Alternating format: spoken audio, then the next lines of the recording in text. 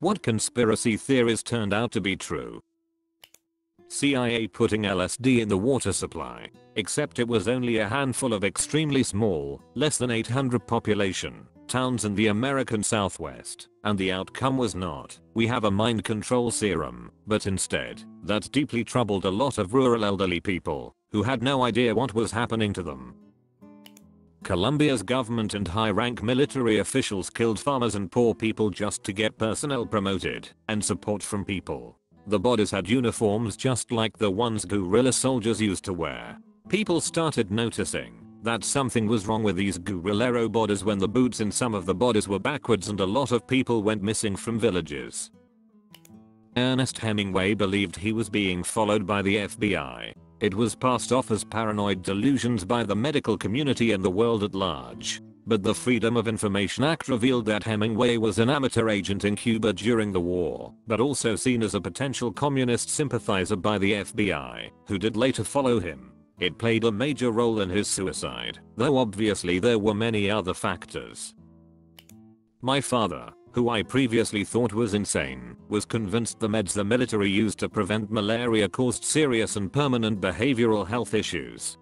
30 years later, I was prescribed a different malaria med as a preventative before a trip, and I jokingly mentioned my father's theory to the doctor, mefloquine. Yeah, that's actually true. That's why we switched to this one.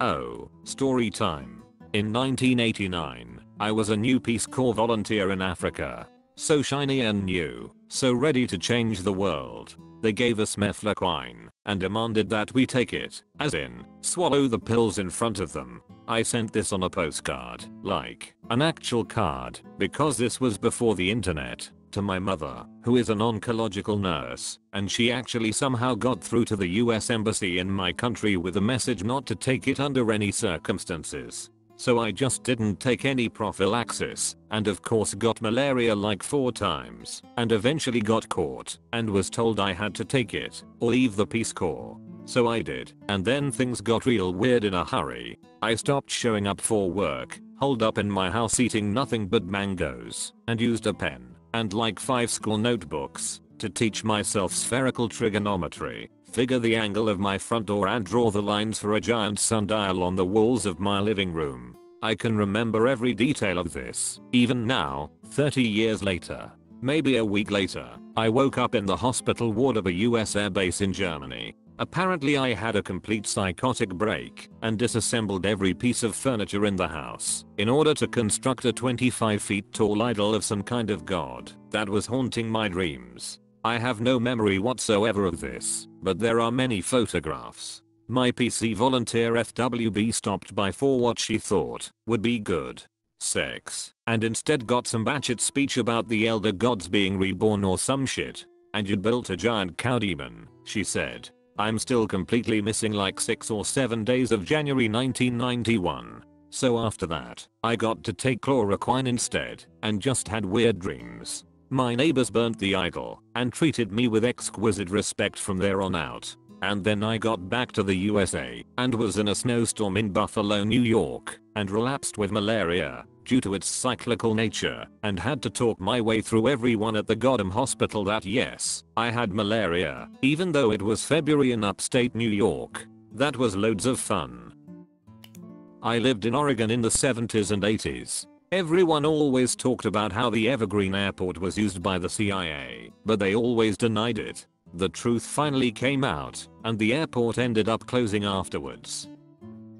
Hey, I worked there for a while. After my boss got fired, one of our jobs was to shred her files. Well, we took them out of folders and put them into shred bins. No idea what actually happened to them. We were given instructions not to actually look at anything.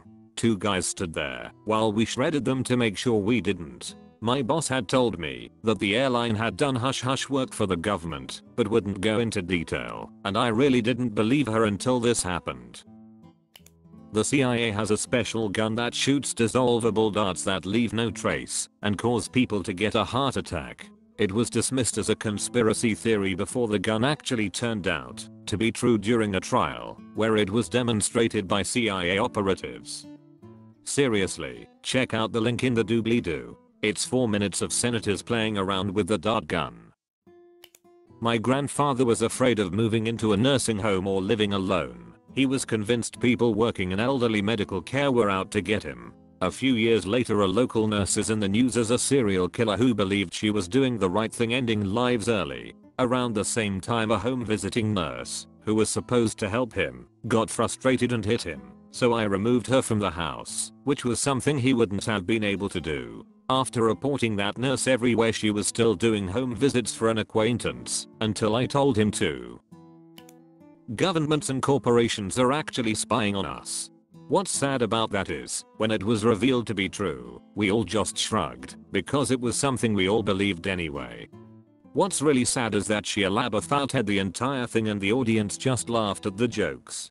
5 years before Snowden. It didn't bother me before, because I was in the well I have nothing to hide camp. It really isn't even the invasion of my personal privacy that bothers me. It's the mass invasion, and the massive data set, that gives these agencies/companies Cambridge Analytics, and how they were able to determine how many people were needed to swing an election, determine how to sway those people, and then successfully do that. That scares me a lot. I'm not too prideful to admit that I can be subliminally swayed pretty easily. Saying you don't care about privacy because you have nothing to hide is like saying you don't care about free speech because you have nothing to say. The business plot. The 1930s robber barons attempted a violent overthrow of FDR's government with the intention of installing fascism. Smedley Butler, the man they had hoped would lead their coup, exposed them, making them look ridiculous and leading to a cover-up, but nonetheless rendering the plot a failure. They destroyed his career, which never recovered, and he died in obscurity in Westchester, Pennsylvania. There's a good chance that we would have seen a fascist/Nazi takeover of the country had one man not sacrificed his career to prevent it. Despite his heroism, few people today know his name. The CIA kickstarted the crack epidemic that devastated many US black urban areas in the 80s in order to pay for death squads in Central America. There was an investigative series in the mid-90s written by a journalist named Gary Webb in the San Jose Mercury News, where he chronicled the CIA's trafficking of cocaine on behalf of the anti-communist Contras in Nicaragua. This got picked up by several other large newspapers and prompted several official government investigations. The paper got pushback, which eventually led to them retracting parts of the investigative series, and the official government reports whitewashed the entire thing, and Gary Webb resigned in disgrace. He would later kill himself in 2004. Operation Condor. The USA financed with money and weapons military groups in all South America to prevent the communism or socialism to impose in any country on the continent. It turns out that they began to establish dictatorships that in some cases lasted for decades, disappearing tens of thousands of people against the regime. One of the most widely known cases is Pinochet in Chile and Videla in Argentina. You know the whole birds aren't real conspiracy theory? Well, it's funny because there was a thing in the 1960s called Project Acoustic Kitty, where the CIA wanted to put microphones and transmitters inside of cats and use them to spy on the Soviets. It cost about $20 million and was a huge failure, and allegedly the first cat they wired was hit by a car and killed very soon after they let it go. Now, I'm not saying that birds are being used to spy on us, but it's crazy to think that the government did actually try something like that. The Gulf of Tonkin incident, also known as the USS Maddox incident, was an international confrontation that led to the United States engaging more directly in the Vietnam War. It involved one real and one falsely claimed confrontation between ships of North Vietnam and the United States in the waters of the Gulf of Tonkin. The original American report blamed North Vietnam for both incidents, but the Pentagon Papers, the memoirs of Robert McNamara, and NSA publications from 2005 proved material misrepresentation by the US government to justify a war against Vietnam. Fast and Furious. The ATF supplying firearms to Mexican drug cartels.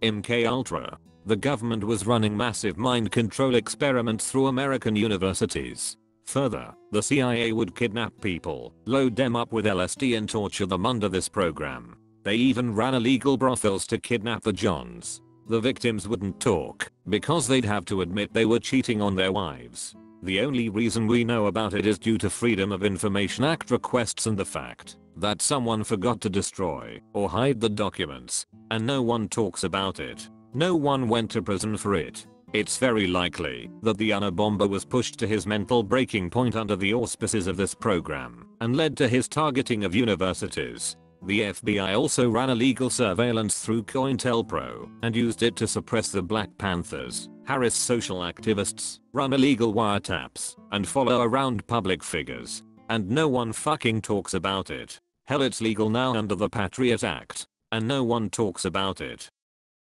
That's the posts I'm going to cover today, but I did find a rabbit hole I refuse to fall down into today. I feel a lot like I'll definitely fall into it later though. Take care of each other in the comments.